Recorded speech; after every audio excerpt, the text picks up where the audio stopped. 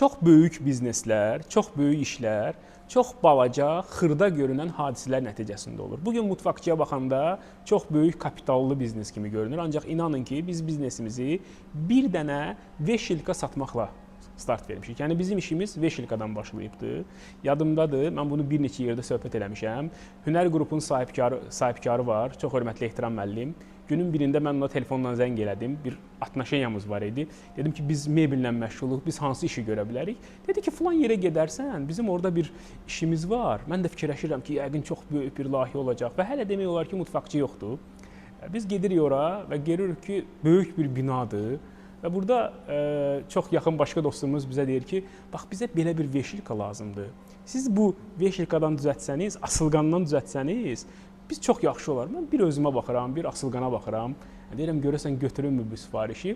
Və söhbət bir dənə asılqandan gedir.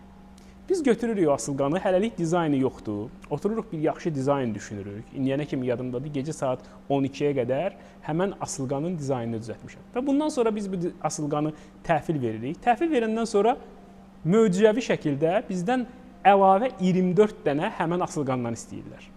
Sonradan biz daha böyük layihələr götürürük, daha böyük işlər götürürük və bugün gördüyünüz mutfaqçı yaranır. Çox böyük layihələr, çox böyük işlər bəzən kiçik sifarişlərdən başlayır. Ona görə də mən düşünürəm ki, müştərinin böyüyü, kiçiyi yoxdur. Bugün mutfaqçı böyük layihələr həyata keçirilir, ancaq əmin olun ki, bu layihələrin arxasında kiçik bir asılqan var və nə qədər kiçik işlərə diqqət eləsəniz, nə qədər müştərilərinizi məmnun salsanız, bir o qədər biznesiniz böyüyəcəkdir, bir o qədər böyük bizneslərə sahib olacaqsınız. Bir sözlə, kiçik işləmək, kiçikdən zövq almaq həmişə faydalıdır.